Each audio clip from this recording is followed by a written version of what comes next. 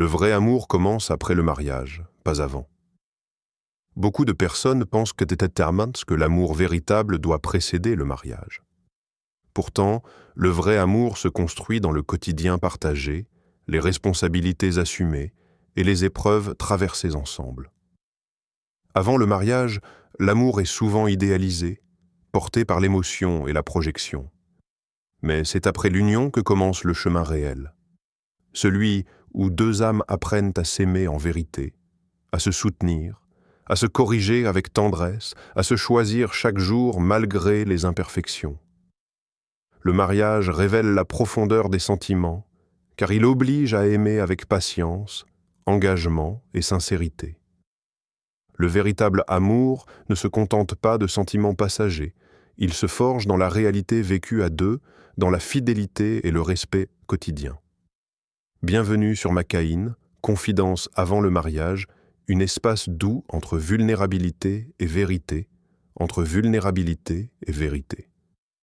Ici, on parle d'amour, mais pas celui des contes, celui qu'on construit avec patience, foi et parfois des larmes. As-tu déjà aimé quelqu'un, sans savoir vraiment comment l'aimer? Aujourd'hui, on ne va pas juste parler d'amour, on va parler de ce qui le fait durer. Assieds-toi, respire. Ferme les yeux si tu veux, et écoute avec ton cœur. Car cette vidéo pourrait changer ta façon d'aimer pour toujours. Premier, l'amour d'avant le mariage. Un mirage ou une promesse? Il y a dans l'amour d'avant le mariage quelque chose d'éblouissant. Une lumière douce qui enveloppe les regards, qui fait danser les promesses sur les lèvres. C'est un temps où les cœurs rêvent, idéalisent, se devinent sans se connaître vraiment. On croit aimer, parfois très fort. On est sincère, on est ému, on veut croire que c'est déjà le vrai amour. Mais est-ce réellement de l'amour, ou l'ombre d'un espoir que l'on caresse du bout des doigts? Avant le mariage, les sentiments naissent souvent dans des contextes protégés. On choisit ce que l'on montre, on cache ce qui pourrait déranger. Les disputes sont rares, et si elles surgissent, elles sont bien souvent minimisées. L'autre est encore un mystère, et ce mystère nous attire. On pense connaître, mais on devine seulement. Martin Luther King disait avec justesse « L'amour est la seule force capable de transformer un ennemi en ami. » Or, avant le mariage, l'autre n'est pas encore mis à l'épreuve. Il n'a pas encore été confronté à nos jours sombres, à nos silences lourds, à nos impatiences. Peut-on donc parler d'un amour solide si aucune transformation réelle n'a encore eu lieu? Un amour de surface, un amour en projection. Avant l'engagement, il est naturel d'être encore dans la projection.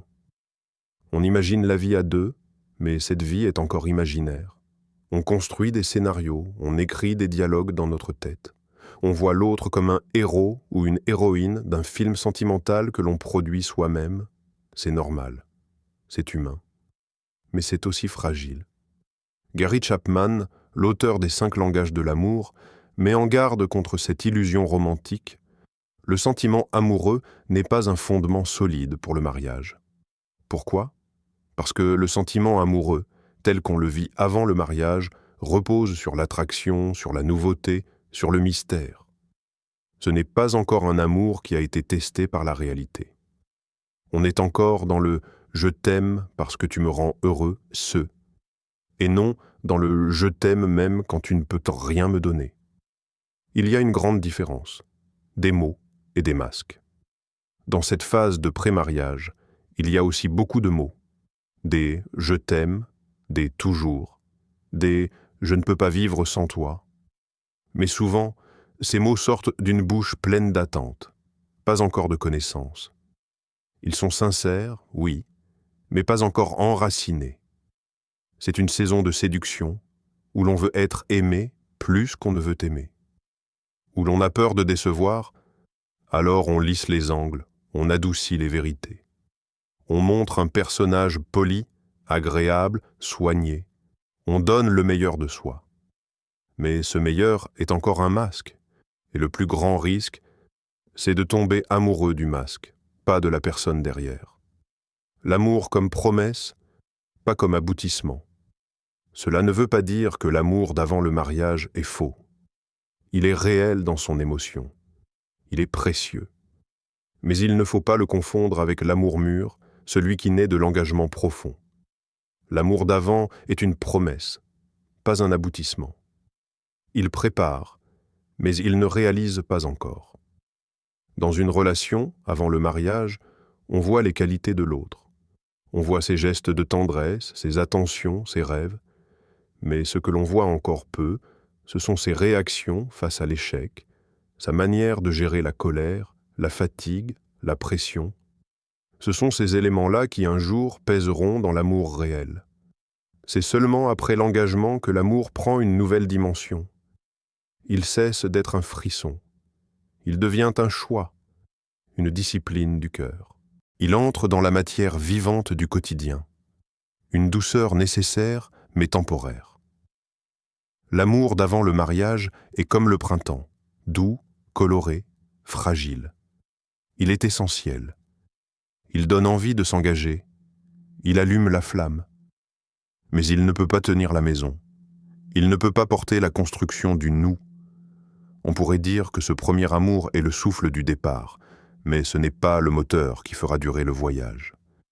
Et si on s'y attache trop, si on refuse de le voir comme une phase transitoire, on risque d'être déçu, frustré, voire désillusionné une fois marié.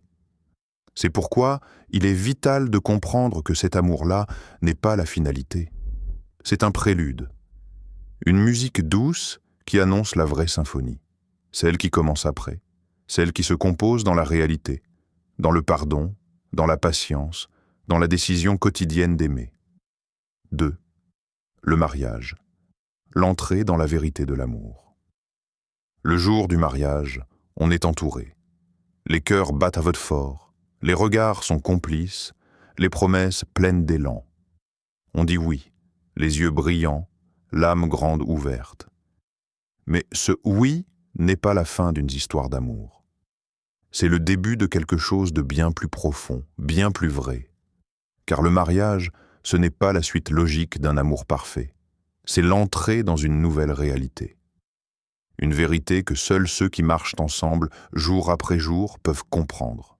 Tu ne peux plus fuir la réalité de l'autre. Quand tu te maries, tu ne vis plus dans la fiction. L'autre n'est plus une idée. Il devient ton quotidien. Tu ne choisis plus ce que tu montres, ni ce que tu veux voir. Tu découvres, tu observes, tu ressens. Et parfois, tu souffres. Pas parce que tu as fait un mauvais choix, mais parce que tu es confronté à l'humanité de l'autre. L'autre n'est plus toujours doux. Il est parfois silencieux, distant, fatigué, dépassé. Tu n'es plus au centre de ses attentions comme au début. Il faut apprendre à exister dans une relation où l'amour ne crie plus, mais agit en silence. Et c'est là que l'amour véritable commence. Quand tu choisis de rester, non pas parce que l'autre est parfait, mais parce que tu as décidé d'aimer quelqu'un dans sa vérité entière. Les silences parlent, les gestes remplacent les mots. Dans le mariage, l'amour ne passe plus seulement par les déclarations. Il passe par les silences partagés dans la cuisine, par le regard posé sur l'autre quand il est épuisé, par le « je suis là » qui ne se dit pas mais se prouve. L'auteur Scott Peck disait « L'amour est un acte de volonté. C'est lorsque nous choisissons d'agir avec attention, compassion et responsabilité envers une autre personne. Ce choix, tu le fais dans les petits riens du quotidien. Quand tu décides de ne pas hausser le ton, quand tu acceptes de céder sur quelque chose qui compte pour toi, quand tu entends une critique, mais que tu réponds avec calme. Là, tu n'es plus dans l'amour de surface. Tu es dans un amour qui s'éduque, qui apprend, qui mûrit. Servir au lieu de séduire. Au début, tu séduisais. Tu cherchais à plaire, à surprendre, à briller. Tu voulais te montrer sous ton meilleur jour. Mais dans le mariage, tu apprends à servir. Et ce mot-là est mal compris aujourd'hui. On le confond avec la soumission ou la faiblesse. Pourtant, c'est l'un des gestes les plus puissants qui soit. Servir, c'est être disponible quand l'autre ne va pas bien. C'est lui offrir un espace où il peut être lui-même, même dans ses mauvais jours. Aimer, c'est être là, même quand tu n'en as pas envie, même quand ce n'est pas réciproque, même quand tu as l'impression de donner plus que tu ne reçois. Les contradictions ne sont pas des ennemis. Tu pensais que vous étiez faits l'un pour l'autre, que vos caractères étaient compatibles, que tout allait couler naturellement, mais dans le mariage, tu découvres des contradictions. Tu veux le calme, il parle fort. Tu aimes les détails, il voit large. Tu veux qu'on te rassure, il a besoin de distance. Et tu crois que ça veut dire que vous n'êtes pas faits pour être ensemble. Non. Ces contradictions ne sont pas des obstacles, elles sont des invitations à grandir. L'amour ne gomme pas les différences. Il apprend à vivre avec elles, à les transformer en complémentarité. Gary Thomas disait « Le mariage n'a pas pour but de te rendre heureux, mais de te rendre sain. » Pas sain, dans le sens religieux uniquement, mais dans le sens d'une personne affinée, patiente, profonde. Tu es confronté à toi-même, à tes limites, à ton égoïsme, à ton besoin de contrôle. Le mariage ne te change pas forcément, mais il t'oblige à te regarder en face. Quand l'enthousiasme fléchit, l'engagement prend le relais. Un jour, tu te réveilleras et tu ne ressentiras plus la même chose. Il n'y aura plus de papillons. Tu ne seras plus ému par sa voix, et c'est là que tu comprendras ce que signifie aimer pour de vrai. L'amour, ce n'est pas une émotion qu'on entretient, c'est un engagement qu'on renouvelle. Ce n'est pas une excitation, c'est une fidélité intérieure.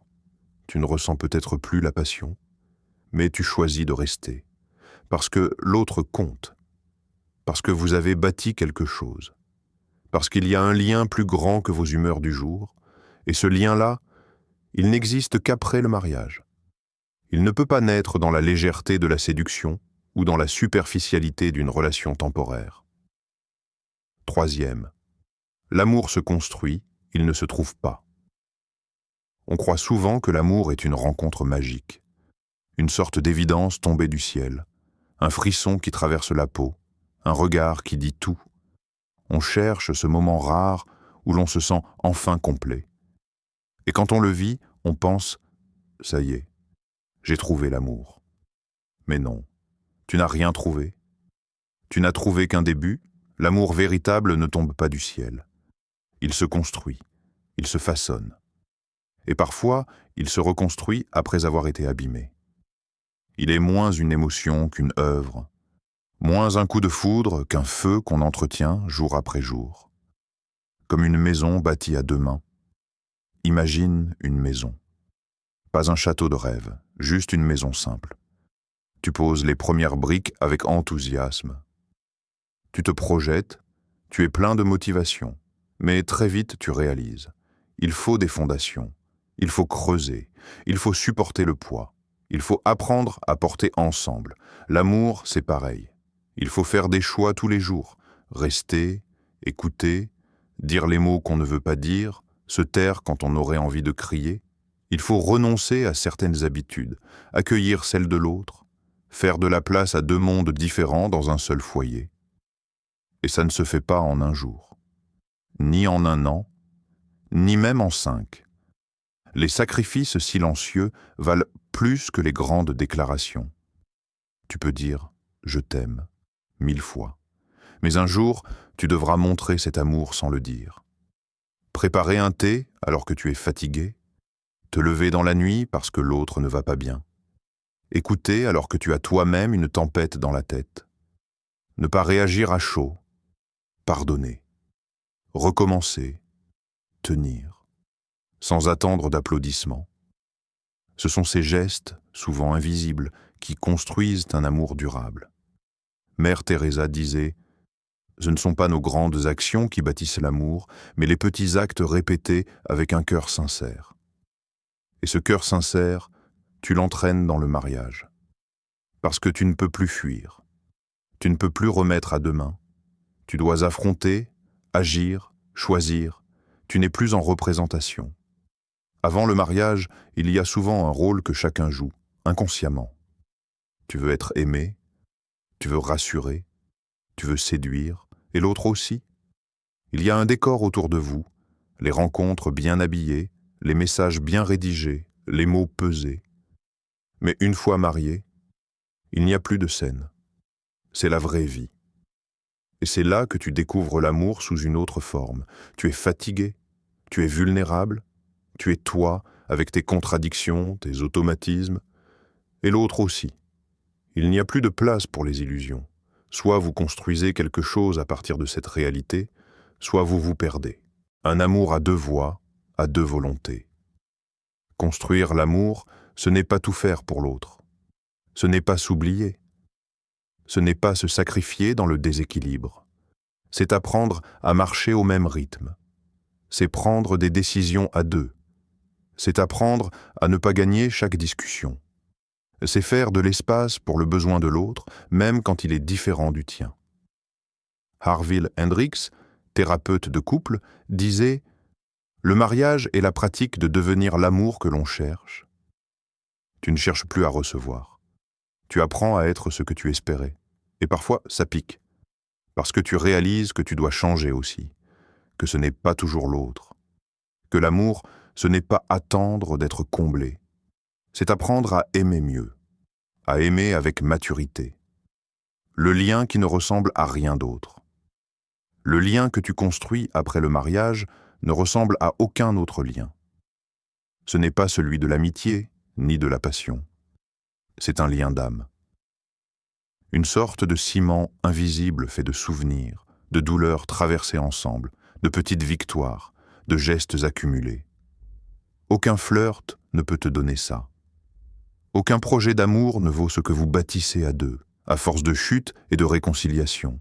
L'amour construit devient un refuge, un abri. Pas parce qu'il est parfait, mais parce qu'il est vrai. Et ce genre d'amour, tu ne le trouves pas, tu le choisis, tu l'apprends, tu le construis. 4e, les épreuves révèlent la profondeur de l'amour. Il y a un moment dans la vie à deux où les choses ne brillent plus, plus de décor, plus de promesses suspendues aux lèvres. Il ne reste que deux êtres humains face à la réalité. La fatigue, l'incompréhension, le manque, les disputes qui laissent des traces, le silence parfois pesant, et au milieu, une question, est-ce que je reste ? C'est dans ces moments-là que l'on voit la vérité de l'amour, pas quand tout est facile, mais quand tout semble flou et qu'on choisit malgré tout d'aimer encore. Quand les mots ne suffisent plus. Au début, une simple phrase pouvait effacer une tension. Je t'aime, pardon, tu comptes pour moi. Mais vient un jour où les mots ne suffisent plus, où l'autre a été trop blessé, où toi-même, tu es vidé. Les disputes se répètent, les journées s'enchaînent, et tu ne sais plus comment revenir. C'est là que l'amour mûrit. Quand il ne passe plus par les paroles, mais par les gestes ténus, par la patience de rester même sans solution immédiate, par l'effort de ne pas tourner le dos, par la décision silencieuse de reconstruire. Martin Luther King disait « La véritable mesure d'un homme, ce n'est pas où il se tient dans les moments de confort, mais où il se tient dans les moments de défi et de controverse. » L'amour aussi se mesure ainsi. Choisir de rester, même quand tout invite à partir, quand l'autre n'est plus celui ou celle que tu avais idéalisé, quand il est froid, quand elle est distante, quand vous ne parlez plus la même langue émotionnelle, quand les regards évitent au lieu de chercher. C'est là, précisément là, que le cœur est mis à l'épreuve. Rester, ce n'est pas de la faiblesse, c'est une force, c'est dire à l'autre « Je ne comprends pas tout, mais je ne t'abandonne pas ». Et ce choix, quand il est fait avec sincérité, peut changer toute une relation. L'amour ne fuit pas la douleur, il l'embrasse. Dans chaque couple, il y a des blessures, petites ou grandes, des attentes non comblées, des mots qui ont blessé, des gestes qui ont manqué. Tu ne peux pas les effacer, mais tu peux apprendre à les porter à deux. L'amour ne dit pas « je veux seulement ce qui est beau chez toi ». Il dit « je veux aussi tes failles. Je veux comprendre ce qui t'a construit, ce qui t'a abîmé. et je choisis de rester, même avec ça. C'est dans cette profondeur-là que l'amour devient sacré. Le feu ne détruit pas toujours. Parfois, il purifie. Il y a des tempêtes qui font peur, mais certaines ne viennent pas pour détruire. Elles viennent pour révéler ce qui tient. Quand le mariage traverse une crise, financière, émotionnelle, spirituelle, ce n'est pas forcément la fin, c'est peut-être une renaissance. Gary Chapman disait « Le vrai amour commence quand les sentiments s'effacent. » Et ce n'est pas triste. C'est mature, parce que tu ne dépends plus de l'euphorie. Tu tiens, tu avances. Tu aimes plus profondément qu'avant parce que tu as vu l'autre dans sa vulnérabilité et que tu es resté. L'amour qui a traversé le feu devient solide comme la pierre. Un couple qui a survécu à l'épreuve n'est plus le même. Il n'a plus besoin de prouver, il n'a plus besoin de se raconter, il se comprend en silence. Il y a une solidité qui s'installe, pas l'arrogance, mais une humilité précieuse, celle de deux âmes qui se sont choisies, rechoisies et encore choisies. Ce n'est pas un conte de fées, c'est mieux que ça. C'est réel. C'est la certitude que, même lorsque le monde vacille, il existe une main qui reste tendue vers toi. 5e.